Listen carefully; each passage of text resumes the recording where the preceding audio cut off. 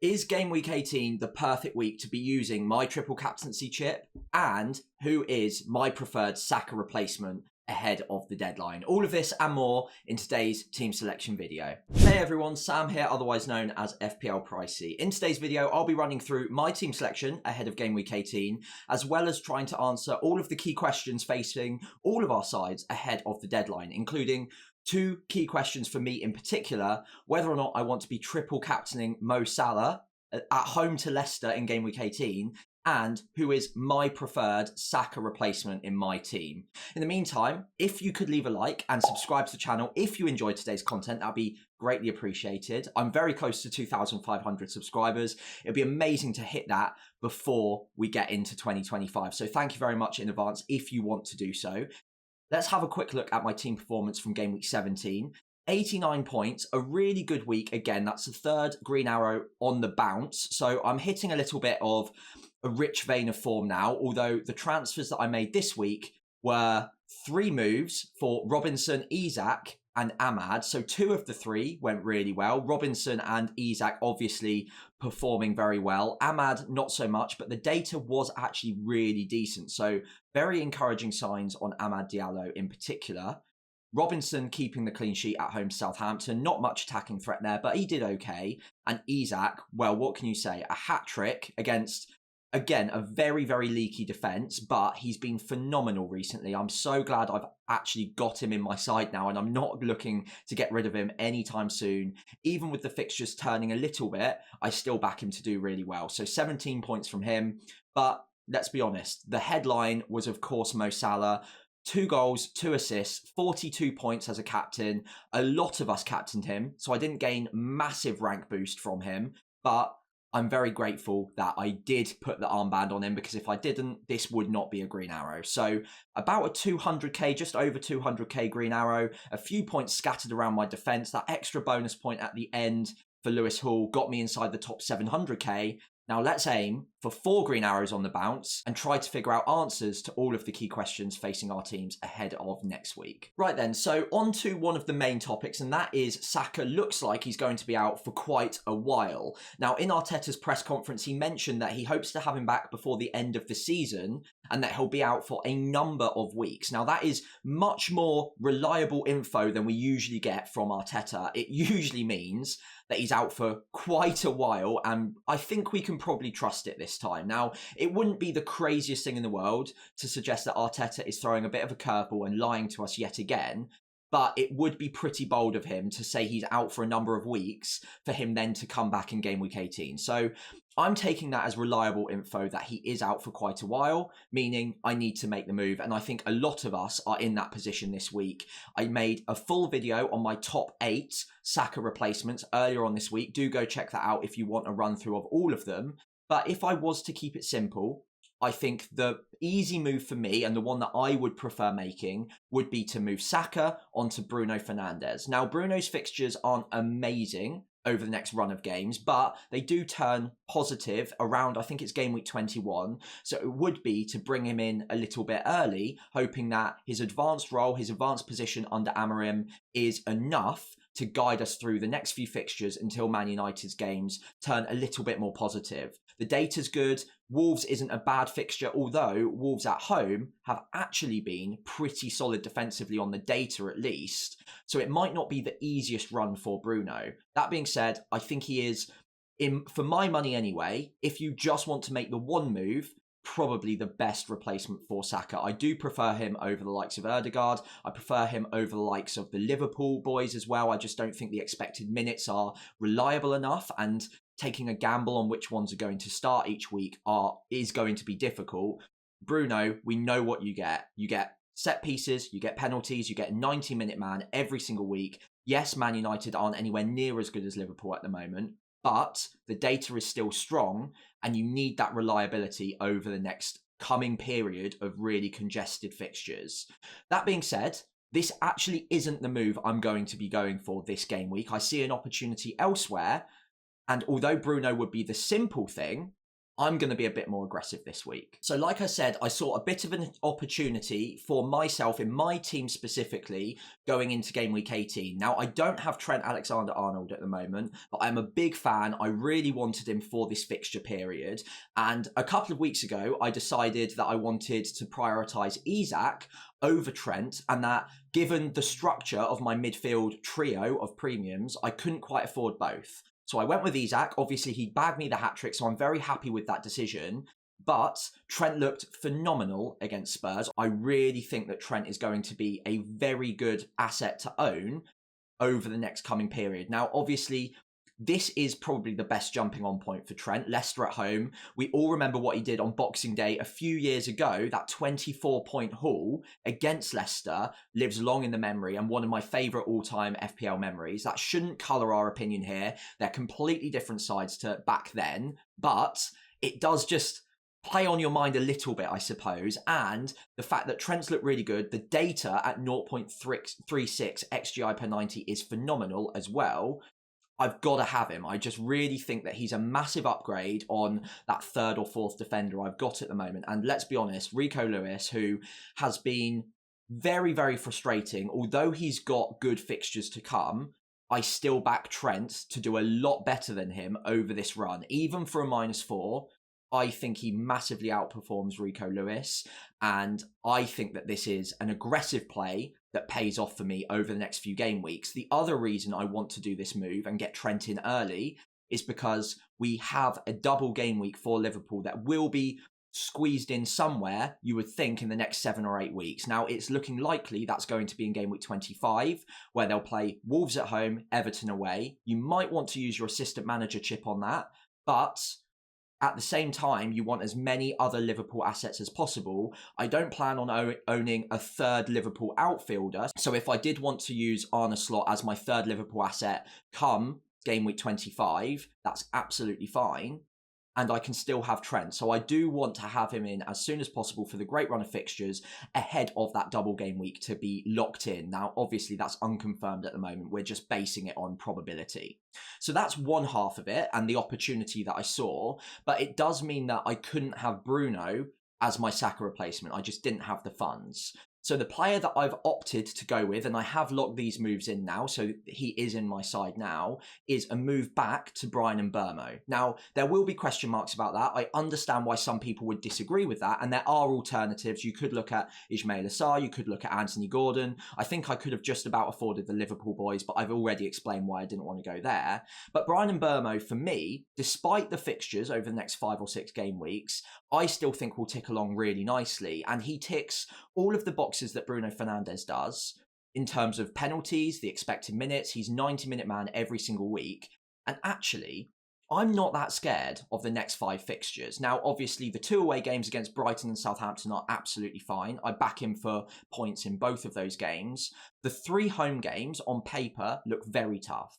Arsenal, Man City, Liverpool. Now, straight away, Man City, I'm not that scared of at the moment. They look very frail defensively, especially on the fast counter-attacks. And Brentford, we know, are very, very good on those. So I back Mbeumo in that game. Arsenal and Liverpool are good defences. But one thing that I'd like to note here, and the reason that I wasn't scared off of him, is that I back Brentford to score in pretty much any home game they've got. So far this season, apologies if this doesn't feel very natural because I'm going to read it out, but so far at home this season, they've gotten 2 goals, 3 goals, 1 goal, 5 goals, 4, 3, 4, 4, and then 0. So the only time that they've blanked at home and not scored was in the last game week against Nottingham Forest. Every other week, mostly, they've really hauled. So I back them at home against pretty much anyone. They are going to play a cagey counter-attacking style against Arsenal and against Liverpool, I'm sure. But I still think they're going to score in both of those games. And if they do, Bryan Mbeumo or Wissa, but obviously this is going to be a Saka replacement. So Mbeumo in particular, I really back to be the one on the end of them, or at least creating the chances. They do like to play in that 3-5-2 formation when they're against the bigger sides. So again, I expect him to be playing more centrally up front rather than a wing back or a winger situation, which he often finds himself in those 3-4-3 formations against the weaker sides. So although it might not seem massively logical and maybe not the the most sexy replacement for Saka, let's say, I still really think Mbeumo is a good option over the next few and a good long-term hold, because after those next 5 are out the way, I still want to hold on to him, and I can, around about game week 21, if I really, really desperately want to, crab across to Bruno Fernandes if I want to, and I can release funds elsewhere. For the time being, though, I do like Bryan Mbeumo. I know the fixtures on paper don't look good,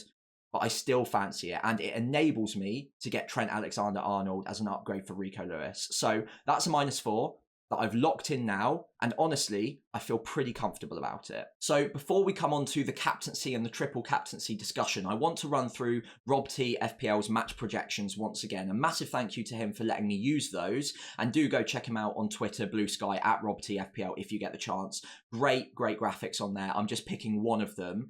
As always, I run through the teams out of all the 20 who are expected the most goals and the highest chances of clean sheets. So this week, there are some big numbers. We're looking at some blockbuster fixtures. It could be a Boxing Day classic. And we always see that graphic pop up on Twitter, X, whatever, of the historic Boxing Day where all of those goals were scored, I think 50 odd years ago. This is looking like an absolute classic on paper. Now, obviously, I say that now, and it will end up being 0-0s all round, but lots of great home fixtures for very strong sides. So we have Liverpool expected 3.65 goals at home to Leicester. That is a big number. I think it's one of the biggest we've seen this season so far. But they're not even the only team expected above 3. Arsenal at home to Ipswich also expected 3 goals. And again, that is very rare. Usually anything above 2 is considered very good, or at least I consider that good. Above 3, you're expecting a big scoreline. So Liverpool assets, especially attacking assets, looking at you, Mo Salah, of course, but also if you can punt on someone like a Jota or a Diaz and you get lucky that they do start, that could be really good for you. Same goes for Arsenal. Obviously, Saka out, but if you want to go with Ødegaard, if you want to go with Martinelli or Gabriel Jesus, this is a great opportunity to do so. They're expected to haul big against Ipswich. Couple of others expected over 2 goals. Brighton 2.15 at home to Brentford. That will be a pretty tight game, I think, but again, they're expected it on the data. Obviously, this is a spread X data point, so we are expecting a big high-scoring game there. And also Man City and Chelsea both expected quite comfortably over 2 goals at home to Everton and Fulham respectively. So some big scorelines there. We're expecting lots of goals. So I would prioritise moves for attacking players wherever possible, especially the likes of Man City, Chelsea, Liverpool and Arsenal. In terms of the clean sheets, it is a very similar story. Man City expected a 44% chance of a clean sheet against Everton. I think that's more because Everton aren't very potent going forwards. Man City so far have found a way to concede in pretty much every single game week over the last 10-12 weeks. So I still wouldn't be surprised if they did concede, but Everton would represent a good opportunity for a clean sheet. So although I've sold Rico Lewis, if you wanted to hold on to him or Gvardiol, I would understand doing so. This is a good opportunity for one. Elsewhere, Liverpool expected a 50% chance of a clean sheet. Another reason I'm really keen on bringing in Trent this week. And the likes of Van Dijk or even Alisson, I've seen mentioned by a few people, could be tempting options. For Arsenal as well, I've got the double defence, so it's not one I think about a lot, but it's another great opportunity for a clean sheet. 52% at home to Ipswich, so you would feel hard done by if you didn't get something out of the likes of Gabriel or Raya, maybe Saliba as well. Timber, I've seen a few dotting around too. So there you have it. Those are the highest odds for this week, but there is one question in particular that I want to answer. Looking at the Liverpool numbers in particular, is this the week to be triple captaining Mo? So the big debate on captaincy this week, for me anyway, is not who to captain, but more whether or not I want to use the triple captaincy chip on Mo Salah. Now, obviously, a few of you have already used the triple captaincy chip, so apologies if this doesn't necessarily matter to too many people, but I think there is an opportunity here for anyone who hasn't used the triple captaincy chip to be using it, even if it is in a single game week. But this is a great opportunity to do so potentially. Now I'll run through some of the key benefits and the drawbacks, because I am in two minds, and hopefully by the end of this video, I've come to a decision as well, and maybe I've convinced you one way or the other. But to start off with, let's have a look at Mo Salah's data. It is absolutely phenomenal so far this season. 0.79 XG per 90, combined with 0.22 XA, that's over 1 expected goal involvement per 90, and we know that he plays 90 most weeks. So he's expected an attacking return in every single game he plays, effectively. Moreover than that, he's massively overperforming his data. So he's got 26 attacking returns. That's far more than an attacking return per game. So he is overperforming. But one thing that maybe isn't talked about enough in FPL is, yes, players can overperform and you'd expect them to regress, but the overperformance can be greater when the volume is also greater. So the data here is already really, really good. So there's more of an opportunity because of the volume of chances he gets and also creates.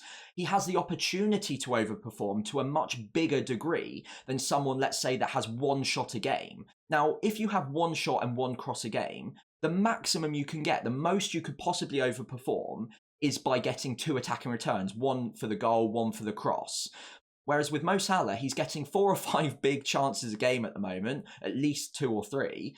And he's getting 5 or 6 shots a game as well. So because the volume is so great, he's at least got the opportunity to overperform by a very, very large degree, which again makes him an incredible asset for FPL, as we've seen. But a lot of people in the community are saying that, okay, we're getting unlucky by going against him. But his volume is so high that the risk is also very high that he could go massive, and the variance could be great against you if you do go against him.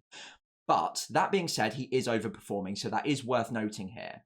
Now, the next thing I want to focus on is the goal involvement percentage. Now, 70% is ridiculous. That is almost 3/4 of every single goal that Liverpool score, he's involved in, either in terms of goals or assists. So if Liverpool were to score 4 goals in a game, he's expected to be involved in 3 out of those 4 on average, or just under 3 out of 4. Now, the reason I bring that up, and the 4 in particular, is because we've just looked at Rob T FPL's graphics, and Liverpool are expected to score 3.65 at home to Leicester. Now, 3.65, obviously a little bit under 4, and Mo's involvement is slightly under 3 and 4 as well. So it would be a little under this, but I would expect him on average to be getting somewhere between 1 or 2 expected goal involvements in this game coming if he were to play the full game. And that's something I want to focus on in a moment's time. But that's a really high goal involvement. Liverpool are expected to get between 3 and 4. It could be more, and I'll go into why I think it will be more in just a moment's time. But even so, if he were to get, let's say, 2 goals in this game, that is already a pretty decent usage for a triple captaincy chip. 5 points for a goal, so 10 for 2 goals, 3 bonus points there. That's 13. You get the appearance points. You're looking at a 15-point haul. Maybe you get the clean sheet point as well. So let's say he gets a 15-point haul. Are you happy with a triple captaincy usage there?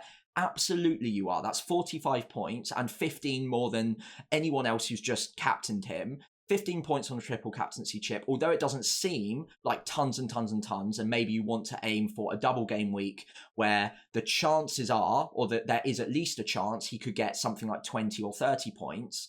The amount of times that actually happens is very, very rare. And even getting 10 plus points from a triple captaincy chip, if you've played the game for a number of years, you'll know this, can be quite difficult to do. So I think this is a great opportunity. Now, looking at Leicester in particular, the reason I really like this week is because Leicester, over the season, have been very poor in terms of their defensive numbers. XGC per 90 of 2.0 across the entire season. That's very, very weak. One of the worst defences in the league. Then you bake in the fact that they're playing away from home as well, where they're even poorer. And under Ruud van Nistelrooy, over the last few game weeks, since he's come in, their defence has gotten notably worse. 2.4 expected goals conceded per 90 since Ruud van Nistelrooy's appointment. So they're notably worse than when they were under Cooper. And they're playing away from home at Anfield. And not only that, but they're also missing their number 1 first choice keeper and will have to be playing either Danny Ward or Iverson, both of which are not I'm being harsh here, but they're not necessarily Premier League standard keepers. And Ward in particular had a real shocker in game week 17 as well. So he could be dropped, but either way, you're not feeling massively confident on either of those keepers or their backline generally, knowing this data exists. So all of those things, I think that there could be a massive haul on the cards for Mo Salah and for Liverpool. I think they could score easily over 3 goals. So we could be looking at 4-5. And on paper, again, if he gets 90 minutes, it could be a really good opportunity to do so. And that is why I'm tempted. But to talk on maybe the negatives, the drawbacks for just a moment, and the reason that I'm hesitating is twofold. Number one is Liverpool do have a double game week that will be locked in at some point in the next few game weeks. That looks likely to be game week 25, where it's Wolves at home, Everton away. It could be another week, but that looks like the most likely one at the moment. So that's another opportunity to use a triple captaincy on Mo, including a good home game in there against Wolves. But again, I'll reiterate this. We can't use the assistant manager chip yet, but we can by the time we get to game week 25. So you might want to use it on someone like an Arne Slot as your assistant manager, and you could bag a load of points from the goals scored from the wins in those game weeks. So that could be an alternative if you didn't want to use a triple captaincy there, potentially with even greater upside. I'll go into the assistant manager chip nearer the time, but there's loads of upside there that you could use on a double game week. Now, the final thing I want to note, the final drawback, is the expected minutes for Salah. Now, he's normally a 90-minute man, and honestly, I don't know whether this is going to happen or not. It's playing on my mind a lot, and it's the reason that I am hesitating on whether or not to use the chip. Mo Salah obviously is one of the fittest Premier League players, arguably of all time, but certainly at the moment, and he does usually play 90 minutes every single week. But if he was ever going to get brought off early, you would think it's going to be when Liverpool are coasting at home to a promoted side after about 50, 60 minutes, maybe 70, 80 even. But regardless, it could be an early substitution, knowing that they could be coasting, they could be 3 or 4 up. Now, obviously, Liverpool could have scored 3 or 4 and Mo be involved in all of those by that point. But realistically, you do want your triple captaincy player on the pitch for as long as possible. So he could be taken off early against a side that you'd expect them to beat quite comfortably. But also, the reason I think he could be taken off early is because it's only 72 hours before the next game where they have to travel down to London to play West Ham away, which again isn't necessarily a game they'll be worried about, but it's that quick turnaround that is just making me a little bit nervous that they'll conserve Mo's legs and make sure he's fresh for game week 19, which again is only a couple of nights sleep after. So this is the Thursday evening game on Boxing Day against Leicester. Sunday evening or Sunday afternoon, I think it's 5 o'clock kickoff, 5:15, will be against West Ham. So it's only a couple of days after, and they do need to travel down. So I can see why they might bring off Mo early. Now, normally he doesn't get taken off early. He could get 90 minutes, and if he does, if I knew he was getting those minutes, I would probably triple captain him, no questions asked. But because I'm hesitant on him coming off a little bit early, as it stands, I'm not putting the triple captaincy chip on him. Now, I could change my mind close to the deadline. Always follow me on the social channels. If I have a change of heart on Boxing Day morning, maybe I'm a bit hungover, something like that, and I choose to have a bit of a punt on it. But right now, I'm just a little bit nervous on those expected minutes. I see another opportunity in a few game weeks' time in game week 25, where there is another double game week potentially that I can use it on. But it is very tempting, and those of you who go there, I think, could get yourself a very big haul if you get a little bit lucky. Right then, so let's wrap up with my actual team selection ahead of game week 18. I have made those moves I talked about earlier, that -4 for Trent Alexander-Arnold at home to Leicester. Again, great game, great opportunity for both attacking returns and clean sheet points. And Bryan Mbeumo comes in as my Saka replacement because of the funds. As you can see, I now have 0.4 in the bank. I moved early, so I caught a lot of price rises last night, including Trent. So my team value is starting to build a little bit. It's still not excellent. Let me know in the comments below what your team value's at the moment. I see some really big numbers out there. I think mine's fairly average, but I could do with a little bit more.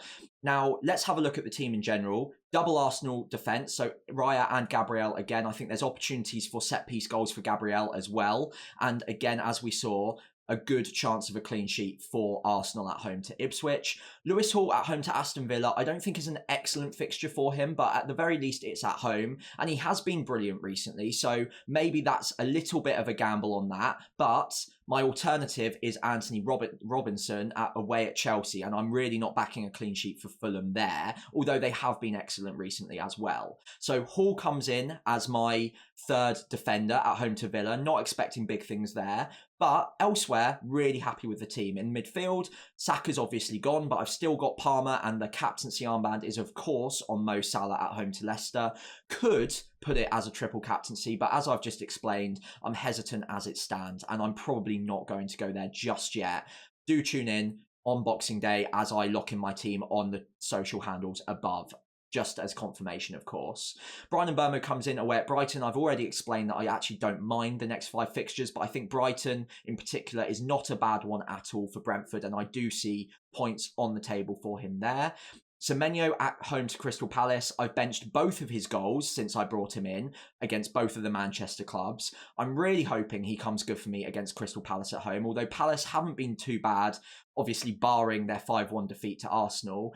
But Semenyo's data's still good. I still think he's a good asset, so I don't think too bad there. And I do prefer him very slightly than Amad Diallo away at Wolves. Now, Wolves' home data, as I mentioned, is actually pretty strong over the season. And under their new manager, you would think they'll be a little bit more defensively stable. Don't get me wrong, I don't mind starting Amad at all. I just think in terms of all of the other players I've got to pick from, he is very slightly the weaker option. I do see bench points coming though. Amad on the bench, it's always going to be painful if he does get something, but I wanted that strong 8 for a reason. It means that if there's rotation, if, let's say, Isak in my forward line at home to Fulham misses out for whatever reason, which could happen, Amad coming in is an excellent addition to have. And I did consider, very briefly, rolling the free transfer and just benching Saka for a week if it was a short-term injury. Obviously, we know now it's not. And just playing Amad as my 7th attacker. Now, the reason I didn't do that, of course, is because Saka's injury seems a bit more long-term. And overall, I do prefer the penalty taker and Mbeumo, 90-minute man over Amad, even if Amad's data recently has been pretty good. Nevertheless, I'm happy with my midfield 4. Crystal Palace at home for Semenyo seems decent enough. And my forward line looks like pretty much ideally what I would want right now anyway. Jackson, I'm a little bit nervous of a benching at some point soon, but I still think the data's good enough that I'll take those chances, I'll take those odds, and I still think he's an excellent striker to hold on to.